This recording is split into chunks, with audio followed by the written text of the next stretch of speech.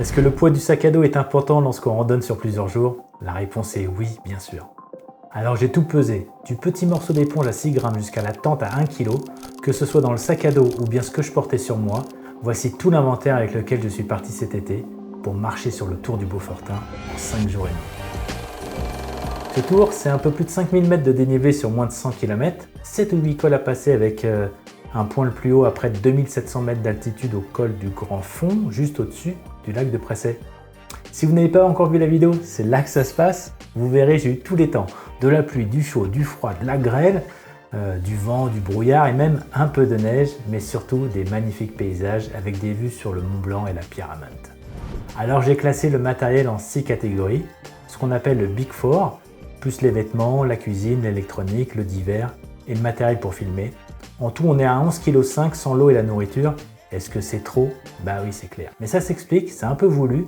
Il y a quelques équipements vraiment optionnels qu'on pouvait facilement enlever, même si j'ai tout utilisé. On commence tout de suite avec les 4 éléments indispensables lorsqu'on randonne et qu'on bivouaque plusieurs jours. 1. Le sac à dos. Je suis parti encore une fois avec la Gilad chez Heiberg 37 litres, 410 grammes, sans armature. Je l'adore, je l'ai un peu poussé à la limite du poids préconisé. Avec la nourriture et l'eau, j'ai dépassé les 12 kg. Ça a tiré sur les épaules et le dos, mais il reste malgré tout relativement confortable. En 2, l'abri. Pour moi, une tente, la Nemo Hornet 2 places, à peine plus d'1 kg pour une double paroi. J'ai encore essuyé des orages de la forte pluie et du vent.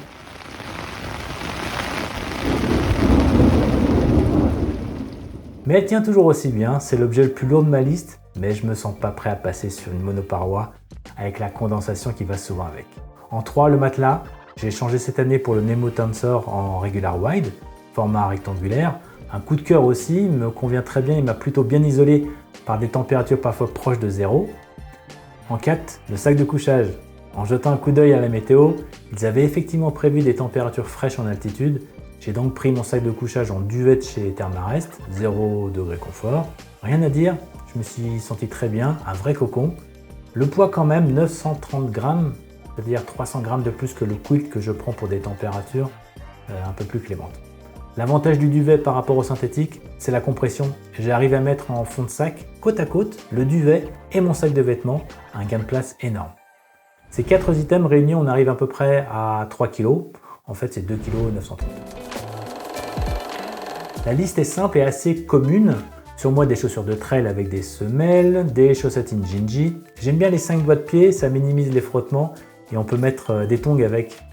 Un short, un caleçon en mérino, un t-shirt manche longue à capuche de Charterix, une casquette légère et le tour de cou de la marque Buff.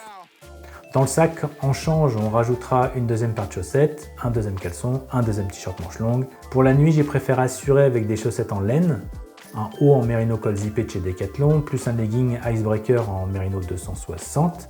S'il avait fait froid, j'aurais même pu le porter la journée. Pour la pluie, la veste AeroQuest de chez Vertical, 96 grammes, minimaliste et très légère donc.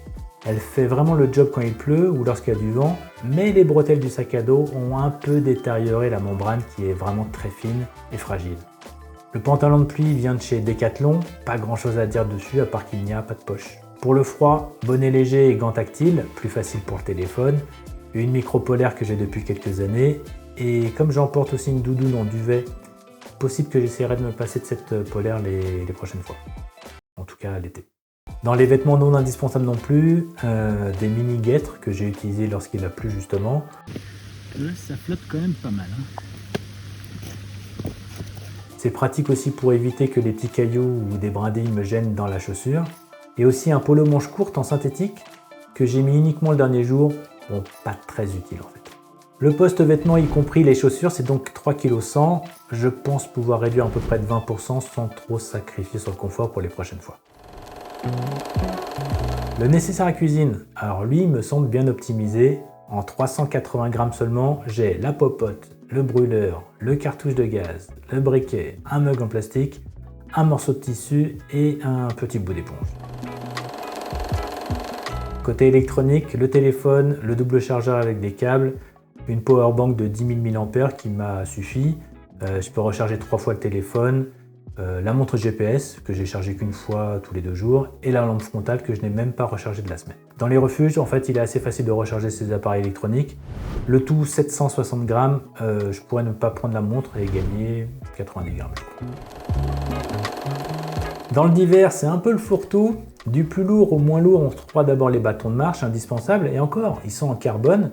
La paire 334 grammes, 4 sacs étanches, les kits hygiène avec un savon d'Alep, une brosse à dents, un mini dentifrice, du Locotape et cette année j'ai pris en plus des lingettes, une pharmacie de base et le kit de réparation essentiellement pour le matelas, une serviette microfibre, le filtre à eau de chez Katadyn Be-Free, l'oreiller, pour moi c'est devenu quasi indispensable pour 56 grammes et passer une meilleure nuit, je prends. Après on a la housse de pli pour le sac à dos, le sit-pad que je pourrais éviter la prochaine fois, un portefeuille, des clés, des lunettes de vue et de soleil, un liner du sac à dos à l'intérieur. Ça fait double étanchéité à l'extérieur et à l'intérieur pour 28 grammes en plus seulement, un mini couteau suisse, le tapis de sol de la tente, de la cordelette et un bracelet que je portais. Un peu plus d'1,5 kg pour tout ça, là aussi il y a un peu de marge de manœuvre pour réduire un peu le poids je pense. Dernière catégorie et la moins indispensable, le matériel pour filmer. J'adore faire les vidéos de ces randos et j'essaie qu'elles soient de bonne qualité. Je crois qu'il y a une vache qui me fait.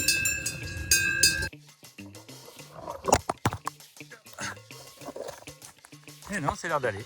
Ah si, Pépé. Non, pas Pépé.